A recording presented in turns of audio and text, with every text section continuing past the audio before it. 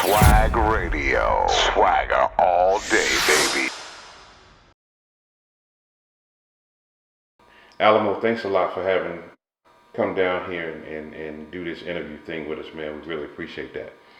Man, it's an honor, man. I've been on y'all hills for a couple of years. You know, I've seen a lot of people that was on the mag, and I just couldn't wait for my chance. So now it's my chance. So it's a blessing, and I appreciate it more than you know. Yeah, well, listen, for those people out there that don't know, we got to tell y'all this is the hottest DJ around. Not only, do he get the props from people that partygoers and all, but he gets props from other DJs out there, people that's trying to grind just like he is. So, Alamo, I want to ask you for the audience out there, how did you get started, and how young were you when you first started? Ah, a good story. I guess it's time for me to put my thing out there. More or less at the end of the day, I got my first pair of turntables when I was 16 years old. I was influenced at the age of, one. I have baby pictures, of me standing by turntables, records, and I got headphones on my head. So, I make sure I get them pictures to y'all so y'all can see the proof in the pudding. And honestly, my father's a DJ, my brother's a DJ. So, I've always been around music, just period. The house parties, my mother and father, and me just being around music. Music is something that just, kind of, for everybody, is definitely a mood changer, and it definitely, helps you on a day-to-day, everyday basis. No matter who you are, you need music in your life. No one could just be silent. So, at the end of the day, it was meant to be here. But got the fit pair of turntables at 16. Watching the movie Juice, Beat Street, Crush Groove, all the things that the elements of hip hop at that point in time, from me coming up from Brooklyn, New York, and watching Video Music Box and Ralph McDaniels and the whole aura of Special Ed living a block away from me. I'm from Brooklyn, East Flatbush. I lived on Lenox Road. Special Ed lived on Linden. To the concerts at Wingate Park in Brooklyn, and I'm from that era. Like that's what influenced me. And then I moved to South Jersey around that age when I was about 16, and back and forth doing things in New York. I played football, Pop Warner. So it just helped me with a lot of things that I as far as discipline and things of that nature. So once I got them turntables, I was a rapper, really. I was a rapper. I had a crew called NFL for Life. It was used a million times, we know that, but we was the Henchman Clique, we was the Thoroughbreds, we had a bunch of names, you know what I'm saying? And the gimmick was I was the DJ who when we perform, I jump out and I start performing from rapping from being a DJ after do my little scratch and set or whatever the case may be. So that was the gimmick. It didn't work, and I just took it on. I got my first wedding at the age of 17, I think, 17, 18. I did a wedding for like 7 hours for $125.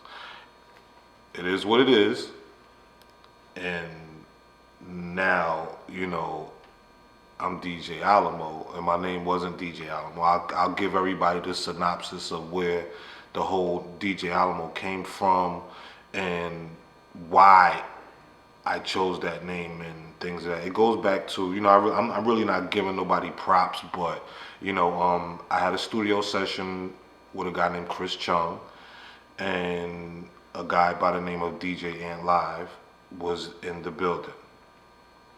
At the time, my name was Ant Live, just Ant Live, period, because I was a live wire at the time, and people know, I get it popping. I was just a live guy, you know what I'm saying? So When we introduced ourselves, it was, oh, what's up? I'm DJing live, and I'm like, oh, I'm man live, and it's like, oh, you gotta change your name. Whatever. You know what I'm saying? It is what it is. And I didn't take it any certain way or whatever. It just was like, whatever, you older than me, you got that respect, you've been there, you're doing it, and you're doing it. I give you your respect. You know what I mean? I was probably like 17, 18 at the time. So it was like, whatever. And then Alamo came because, I've been a big fan of the Brand Nubian situation. Um, People think that, I took the name or something like that, but he gave me the clearance because he see how hard I've been working, and he said, I don't use DJ Alamo like you use DJ Alamo. I'm just Brand Nubian's DJ. So, you know what I'm saying? There's no conflict with that. It's a respect, and Alamo to me breaks down is all about money, and you know, you got the A, the L, add a L, A, about MONEY. It's different, it's unique, it's me. I tell you what it is. I'm not no fraud. I'm just one trying to be the biggest DJ in the world. There it is. That's what it is. Give me the scene or the scenario of your hottest show. Name some of the people that you've opened up for. Name some of the people that you've backed up. My first big DJ that I backed up was DJ Doo-Wop, and it was in Hamilton. It was in Hamilton, New Jersey, and it was at a VFW. Shout to Gold Star Entertainment, the reggae crew that been doing it for a while out of South Jersey, in Central Jersey and North Jersey. Shout to Gold Star. They gave me my first shot to open up for DJ Doo-Wop. And that's when I realized that I really wanted to be a DJ. Like, I really want to do shit. I came in there with 6 crates and only used 1. It was just you know what I'm saying? And to see how he went from record to record to record to record it was just like the way he controlled the crowd. He just has so much control. And it's crazy. It's like, back in the day when they used to let you watch that cartoon or that show about the flute and everybody follows that. That's how it was in there. And it was like, no matter what he played, no matter what he said, they loved it. So, started off with Doo-Wop. I did Clue, I did Flex, I did SNS, I did Biz Markie, I did Kid Capri, Envy, Self,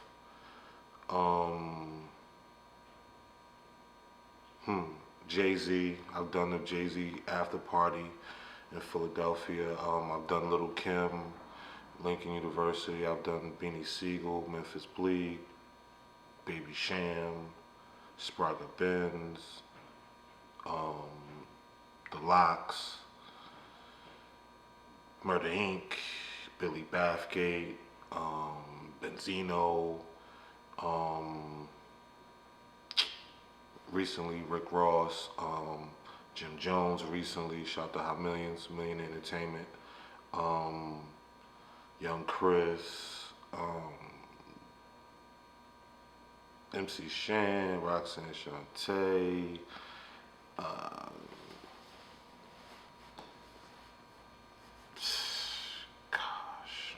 Jim Jones. I've done it so many people, and I think I said Jim Jones already, but 2 Chainz,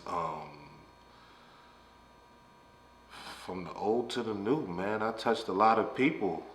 That's what's up, and that's what DJing is all about. I touched a lot of people, and I know I'm forgetting people because it's burning me right now. Like, I know I'm forgetting bigger situations that I've probably been in that is just so much of a blessing to just be a part of. Nipsey Hussle, like, it's a blessing. That's all I can say. I've rocked with a lot of people. Opened up for DJ4. I've stamped my name, I think, a lot. You know what I'm saying? It's just the world hasn't seen me yet, and I think once the world sees me, they'll want me too. Yeah, because the world is a big stage.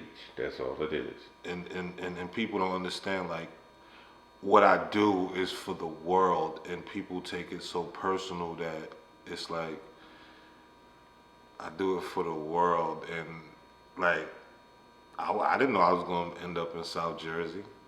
You know what I'm saying? Yeah. I didn't know I was going to end up at the age of 18 working and having a real job. I quit working at the age of 26, I think, 26, 27. I used to work, I used to really have a 9-to-5 job and was throwing parties. You know what I'm saying? Like, that's really how I got my name. The Laurel Inn, all these hotel parties that people do now, I was doing them when I was 21 years old. Packing them out by myself, no radio, no nothing, none of that. My own team, my own DJ crews, and I've been doing it. Mm-hmm. Like, I'm the reason why the Laurel Inn is now the Aloft. And nobody can tell me it's not me. I'm the one who did that to that place. To the point where I sold it out so much that they had enough money to be like, I'm good. Yeah, I put my stamp around. My only stamp I haven't touched in really is Atlantic City, but shout out to my man Fadi. He's Mr. Atlantic City, and I give it all up to him. It's just that's my only market that kind of a little iffy on, but we good. That's what's up. So what's up? Talk to me. What else you want to know? Yeah. What was your best set? My best set? I could say recently, when I just did the Jim Jones situation at Club Front, I really showed my ass to the point where I played records, stopped records, made people go, what are you doing? And I bring them back up to where they like, So the energy is what it is, and I would say before that, I did Old Dominion in Norfolk State Homecoming at the Norva in Virginia, and 2,000 people I had in the uproar. The video was up there. It's on YouTube. You can see it, 2,000 people going crazy. That's what's up. And then I just recently did Honda Day over the summer. That was really a great experience. Honda Day, shout out to my man Young Pretty out of Queens. He called me, he brought me down, asked me to, he could ask anybody to be his DJ. Funkmaster Flex plays his music, Superstar J, Self, all the big DJs play his music. He called me to do Honda Day. And if you don't know what Honda Day is, it's so big and it's so huge that 200 million things are going on and you still wouldn't know. So, you know what I mean? Yeah. That right there was like definitely over 5,000 people out there, and it was just like, wow, like, we did what we did. They was attentive and we did what we did. So, it's my time, man. Yeah. It's my time to be on the forefront. It's my time to stand up. I'll take the ranking of being the guy that, stands up and takes all the batter. Whatever I gotta do, I'm about to do it. I have nothing else holding me back no more. And, all I really ask is for support, because I don't really get as much support as I think I really should get. But, it is what it is, but I'm not one of them guys. And that's another thing that I did want to talk about is some people look at me as just like the baddest guy in the world. Like, you know what I mean? I'm hindering people's career. I don't support the independent. It's just like, come on. Like, if you do check my track record, majority of my mixtapes are independent artists that I've helped. That's what's up. You know what I'm saying? So it's like, You know, the more I do get, I've been doing this almost 15 years. You know what I'm saying? So now it's like, all right, I'm to that point now. It's like, I do deserve $1,000 for bringing out $1,000 worth of equipment. But it's like, you know, the respect level for DJs now and the way they think that we're supposed to do for these artists is what kind of bugs me out. It's like, no, like, yeah, we're here to help you, but if you're not helping yourself, there's no such thing as a handout. And I think that's what people don't understand. Like, yeah, you doing what you do, but you're not doing anything. But the same thing the other 10 million rappers is doing. So if you don't stand out as an artist, what makes you think I need to put my attention to something that doesn't even move me? Yeah. So Because the right DJ can make your record sing. I can make it do whatever. People see my power. When I'm in, like, and that's another thing that people, it's like, when I, like, the funny thing that bugs me out is people be like, yeah, DJ Alamo, the mixtape DJ, right? And I'm like, yeah, I guess. You know what I'm saying? At first it used to be like, I don't want to be the mixtape guy. But then it was like, wait a minute, they know me. You know what I'm saying? So now I had to reverse it and be like, yup, that's me.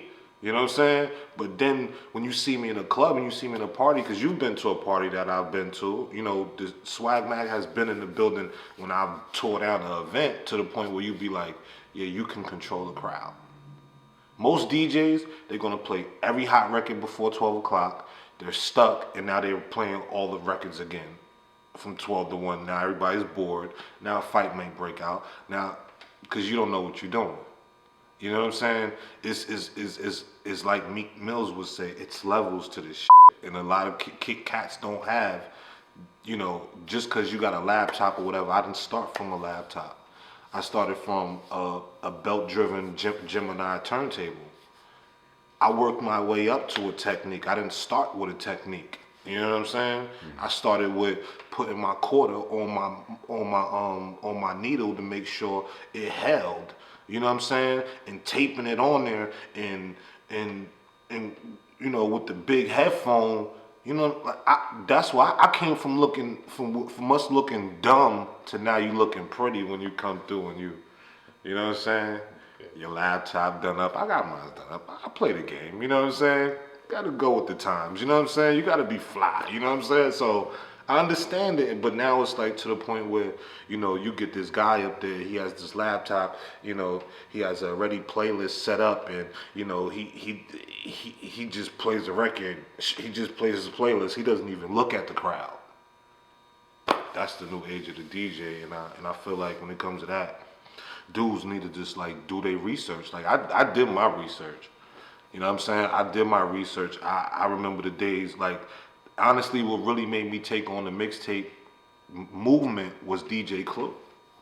Because it was like, all right, I didn't have to always blend my tapes. I didn't have to always do this. But I can give you the hottest record that you never heard before. I can give you that exclusive. And that's what, you know, prompted me to be, you know, this mixtape game. And then what really opened my eyes is when one of my mixtapes was in Orlando, Florida, in Iraq, where one of my friends that moved to Orlando was just mixtape surfing and came across my name and was like, he sent me the phone. It was like, I'll never forget, it was like a Thursday, and it's crazy that I remember that it was a Thursday. It's like a Thursday, like 10 o'clock in the morning. Text my phone and say, yo, you got a mixtape out? And he sent me the picture and I was like, yeah, that's me. And I was like, wow. I don't know where, you know what I'm saying? And then another thing is, I don't know how people perceive me. You know, people think that I'm Hollywood. People think that I'm arrogant, I'm stuck up. No, like, I love to be around the camera. I love to know that somebody knows me and likes what I do, or, you know, I love to see what somebody's doing. If I can help, I'll help. If I can't, I could probably lead you to somebody that probably could. And that's what people don't understand. Like, you got to give to get in this game, and that's what people don't understand. Cool. I want you to talk about the role of how you see DJs in today's hip hop and other forms of music. It's so diverse right now, and I think it's coming back to a forefront of now. You have to really, the DJ is becoming back the star again. I think, because before the DJ was the star. You know what I'm saying? I think it's coming back to that point. And the reason why I say that is because of the different levels of music that are being put out there, like the EDM and the dubstep and things like that, where you got a guy like a DJ that I've been following, that I kind of really just got wind of, a guy named dang, that's crazy, I forgot this guy's name. Whatever, if it comes to me, but it's a guy that just put out a record with R. Kelly, DJ Class, I think, or something like that. But he just put out a record with R. Kelly, and it was like so diverse and on point that, you know, it was just like, wow, like we still do have the power. We just don't know it. And I think the payola came into it, so, you know, people's like, I gotta get paid, I gotta get paid. And some people was getting paid to do nothing, to mess up people's careers. So it's really hard to say, because with the different levels now, I just love where DJing has went, but I don't like the fact that everybody feels like they can be a DJ. Because everybody can't rock a crowd. So, you know, I've been out of town a lot. I've been in different cities. The new wave right now is the EDM and all that. DJs getting 10,000, 20,000, 50,000 for a night. And when I ask somebody for $500, it's like I done broke their bank. So I'm just ready to get into another stature where, yes, I'm doing the EDM now. Yes, I'm doing the top 40s now. No disrespect, but our own people don't even support us like we supposed to get supported. You know what I mean? No disrespect. You'll give that white DJ that might come in there and have everything set up, boom, boom, boom, boom, boom. You might give him $4,000 for a wedding. But a black person, you say, I want $500 for a wedding. It's like, I ain't even got that. Like, you know what I mean? Like, it's just different levels. That's what I say, it's levels to this. And it's like, I think DJs really need to really do their craft. Go back and look. Like do your research. Like, Google. It works. Who DJing? Who was the first DJ? You know, do your research. I think that's the problem. People are not doing their research on anything. It's just like, I see it, I can do it. And it's like, cool, I have a great mentality, but now if you got everybody doing it, I don't want to do it no more. You know what I mean? It becomes, that's when you see like a Biz Markie, prime example. I didn't even know DJ Biz Markie could DJ the way he DJ. I'm just being totally honest. And I forgot. That's one guy that I forgot that I opened up for in Virginia State College. And this is when I first seen CDJs, because he wasn't DJing on, he was DJing on the CDJs. And I was amazed how he just, matter of fact, he wasn't even DJing on CDJs, he had CDs. He was moving the CDs. And I was so amazed with how fast he, and that's what I love about the new age of the technology, is that in 30 seconds I could change to another record, because in 30 seconds, that's how fast somebody's attention span goes away. So on that part, I love the new technology where I can get in, get out, keep your head boo, instead of me having to reach for something to see if you like it or not by the time it get to the hook or get to the second verse. No, you don't even like it. We already got your demeanor. Cool, we out the way.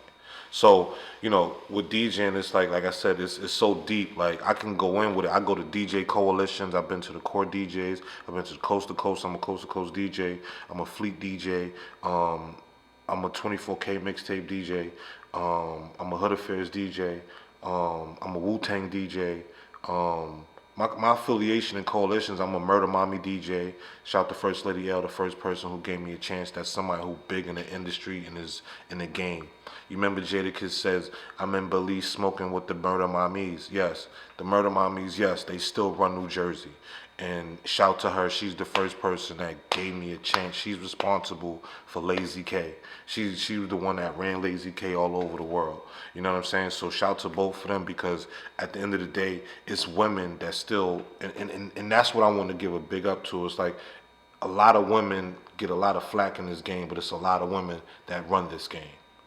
And you got to understand the levels again to this. And it's like, you know, I'm just fortunate right now to be, as I think all the things that I'm doing right now, I be tripping sometimes, like, because, you know, you'll see a DJ in a position, you be like, how's he getting that situation? It's like, it's politics as usual, and as a DJ, is so much politics in this game that you just gotta be strong-minded with it. You know what I mean? And you gotta know know your craft, know your music, talk on that mic, interact, be funny, practice. Everything is about practice. So, and I think, you know, like I said, the whole level of DJing is different. I'm getting into that move, and like I said, I like where it's at. I like because of the technology wise and all that you can do, the sound effects, you know, the scratch and bringing it back, the transforming, and you know what I mean. It's just so much with it that it's just beautiful that to sit there and watch. Like, I'm not a battle DJ, but I love to watch battle DJs. I started out learning how to do all of that. And I realized in a party it doesn't work. No disrespect to anybody who does that in a party, but if you're scratching and all through a party, you don't want to DJ with me, or if I'm on the bill, because you'll be embarrassed. You got to learn how to DJ, and it doesn't necessarily mean scratching. Blending, yes. Things gotta sound right. You know what I mean? But other than that, know your music. That's what's up. Talk about DJing as an art and what it means to you.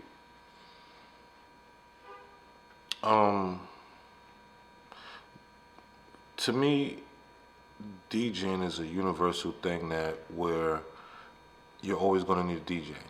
And I'm gonna say this in the reason why.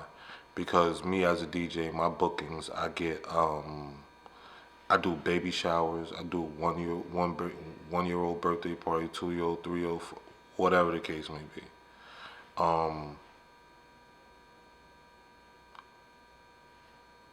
Just look at the Sweet 16, 21st birthday, 25, 30, 35. 45, 50, 80th birthday parties, 55th birthday parties, 60th birthday parties. It never will be a time where a DJ is not needed in this world. Every day a DJ is working. Every day. Because it's always somebody's birthday. So, that's why I say when it comes back to, you know, the thought of it, like, there's no better feeling for me when I'm in a party and I know that somebody is having a bad day and they came into this party that I'm DJing and I rocked it. And whatever they came in there feeling like, they didn't leave feeling like that no more. And some DJs will tell you like that's the best feeling in the world, where I can make somebody who's unhappy be happy at the end of the day. And that's why I said this the other day on Facebook, like, if you don't like that new Pharrell song, Happy, you're just a negative person. Because that record right there, no matter what's going on in your life at the time, at the point, because I've been mad and I heard this song and was just like, what am I mad about?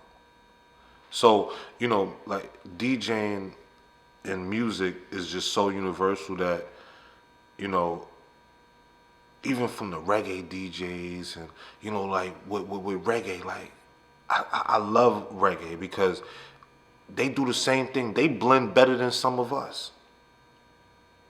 And it's crazy because you be like, wow, like they just do it a different way.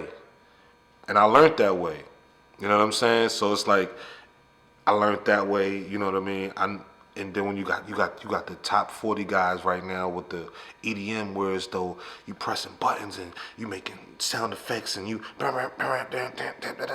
is that's a art too. I can't do that, but I'm trying. I'm learning that. So it's like, you know, who don't want to be in a place where it's like lights everywhere, lasers? It's like you don't know what it's feeling if you know if you haven't been there. You have to go to a club in Miami, or you have to go somewhere where it's just like that atmosphere, and you'll understand what I'm saying. The energy, it'd be like I don't even know what I'm listening to, but I'm having a good time. It just energy, and I think that's what a lot of DJing brings to a lot of the situations. If there's no energy, bad things happen when there's no energy at an event. You know what I mean? Bad things happen. Um, I had something in the head that I was just about to talk about when it comes to, you know, the whole craft of it. And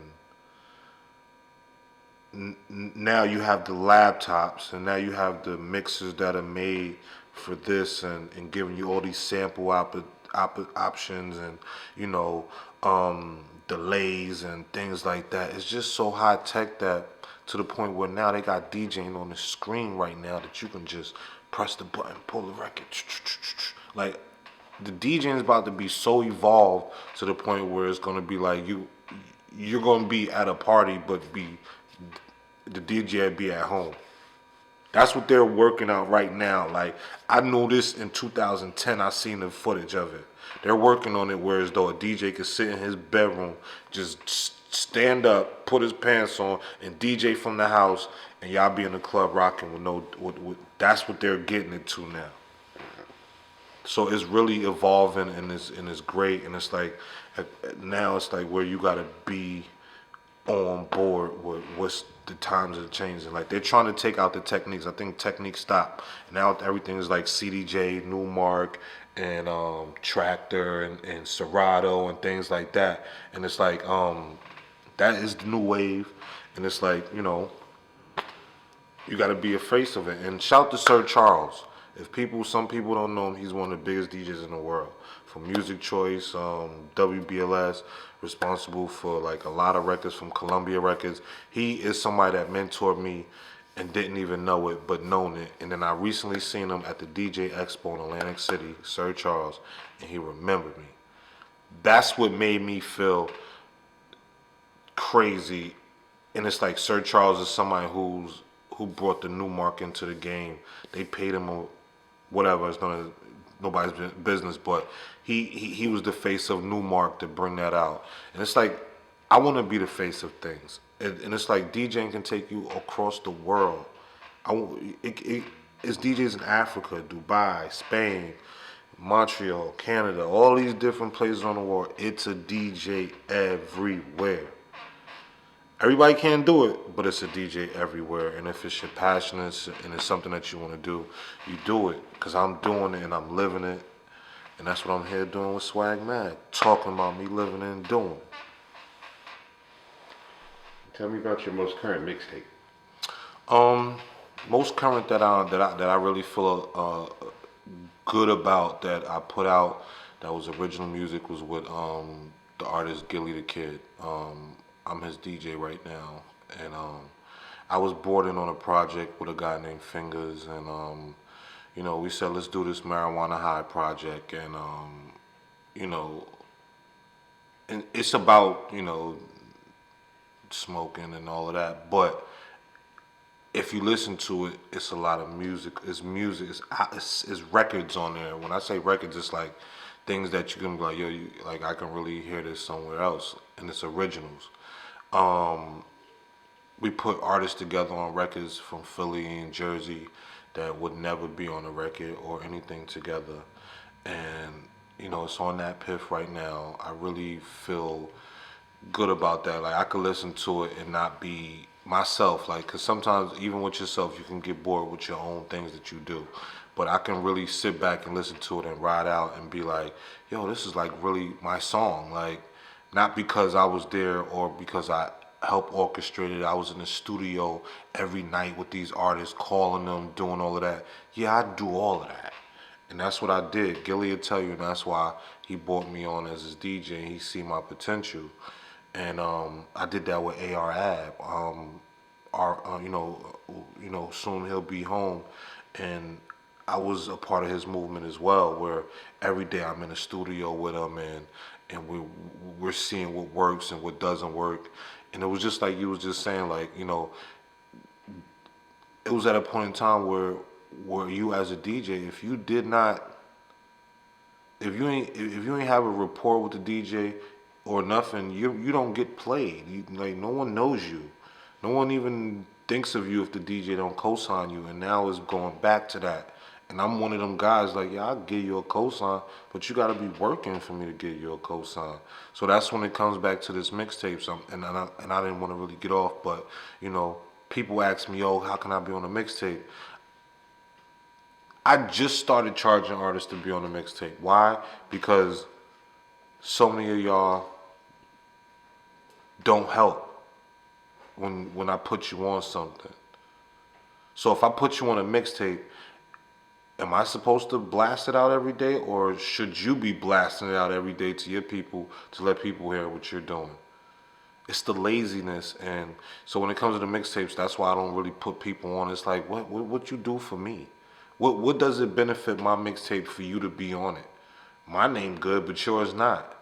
Or my name good, but your song's not.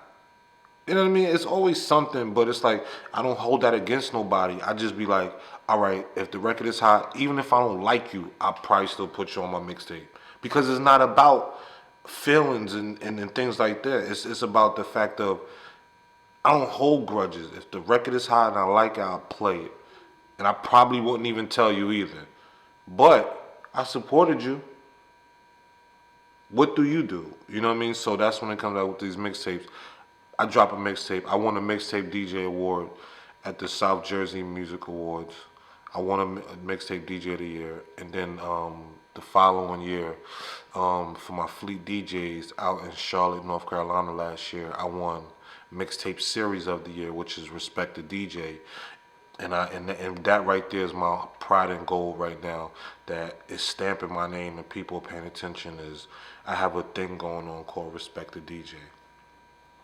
And what it is basically, I get artists that I know have fond respect for a DJ. And, recently I just did Young Pretty and Tone Trump, and I dropped them both, two of them at the same time, part 8 and part 9. Dropped them right after, and then I did something with a legend. And I can't even leave this interview without even talking about the legend mad rapper D. Angeletti, who hosted part 7. So I got legends that have touched what I do and seen my vision and what I'm saying, like, and it's things that if you listen to Respect the DJ part 7 and the funny things that he says, like, people don't even respect the DJ no more. You know what I'm saying? It's like it's just crazy. And it's like, we the ones that make your night go right. Why can't you buy me a drink? I'm thirsty, but you want me to shout you out. But you want me to shout out your homie. You want me to say free this one. Or you want me to say happy birthday. Ladies, y'all can come up to me and say happy birthday all you want. But when it comes to these guys, like, it's the respect, man. Just please, that's why I say respect the DJ, man. Check it out, Dat Piff, it's everywhere. DJAlamo.com, 24K mixtapes. It's on a lot of mixtapes, a lot of websites. Google it, DJ Alamo, Respect the DJ. All the sites come up. That's what that Marijuana High and Respect the DJ is my prizes right now. And don't forget, Respect the DJ part 10 and part 11 coming real soon. And I could tell you I won, but I ain't gonna tell you the second one. The first one, Part 10 is going to be hosted by Uncle Murder. So shout out to the whole Brooklyn and all that, Street Heat and all that too. So shout out to my man DJ Radio, Street Sweepers, K Slade. It's like that. Like, I'm so close to K Slade because of a friend by the name of DJ Radio. And I met DJ Radio on the strength of listening to his mixtapes. So, and now me and him is one of the closest friends. And DJ Radio is one of the biggest DJs in the world. Google his name and see what he's done. He's responsible for Trey Songz. He's on Shea 45 right now. He has a new artist by the name of Dave East. This guy has taken me and put me in places where nobody has, and at the end of the day, we're friends. And that's another thing. You got to build a relationship with the DJ. If you're an artist, please build a relationship. Befriend him. Take him to dinner. If you want to buy him some sneakers, buy him some sneakers. You know what I'm saying? Whatever the case, and it's not like it's a thing, or if it's a gay thing, or if it's that's not right. No, it's sometimes that can get you in where you need to be before anything. Before I leave and before I say anything else, it takes money to make money. If you don't put yourself in the right position, or you're going to grease a palm in this music industry some way, somehow. You're going to have to hit somebody off. You're going to have to do this. You're going to have to do that. Nobody works for free. No free lunch, as my man DJ No Frills would say. No free lunch. Respect the DJ. You know, shout out to my fleet DJs, 24K, Hood Affairs, Interstate Mafia, Murder Mommies. You know what I mean? Everybody I'm affiliated with. You know what I'm saying? And that's doing right by me and doing right by anything that I'm doing right now. I salute you. This is for you. I'm here for a reason. And again, without SWAGMag, y'all wouldn't be knowing the story. And I hope y'all like it. That's what's up. Give me your social media. Now? Yeah. Make sure you follow me, DJ Alamo NJ, New Jersey. That's what it stands for. Catch me. You know what I mean, on Instagram, DJ Alamo NJ, same thing. Hit me on the Facebook. I probably can't add you, but you know, you probably see what I do. DEEJAYALAMO, space, and all that. I don't even know if I got a MySpace no more, but I'm thinking I'm gonna set up a new one, and you should too. And don't forget www.djalamo.com. That's my website. It's under a little bit of construction. It's up though. It's right, but you know, I got somebody working on it, and it's working, and it's coming along right. Shout to jayummy.com. 09, we was the first internet radio station in South Jersey to really get it popping. And I started that in 09. Shout to Rob, shout to Dre Scuffs. The movement is real, man. Shout to everybody that rock with me. And you know, I appreciate this situation wholeheartedly. And, you know, Mama, I'm going to make it. So respect the DJ, and us DJs respect each other. I'm learning more, you know what I mean? Some DJs just don't give respect, so I won't give it back. But wholeheartedly, I respect every DJ. I go up to him if I don't know him. I introduce myself, even if he give me a crazy look when he hear my name. I don't care. Salute to you, DJs. Respect, DJs. Rock with me, hit me up. I'm with y'all, man. Whatever y'all need. SWAGMag, we out of here. You're listening to Swag Radio. Turn it up. The future of radio.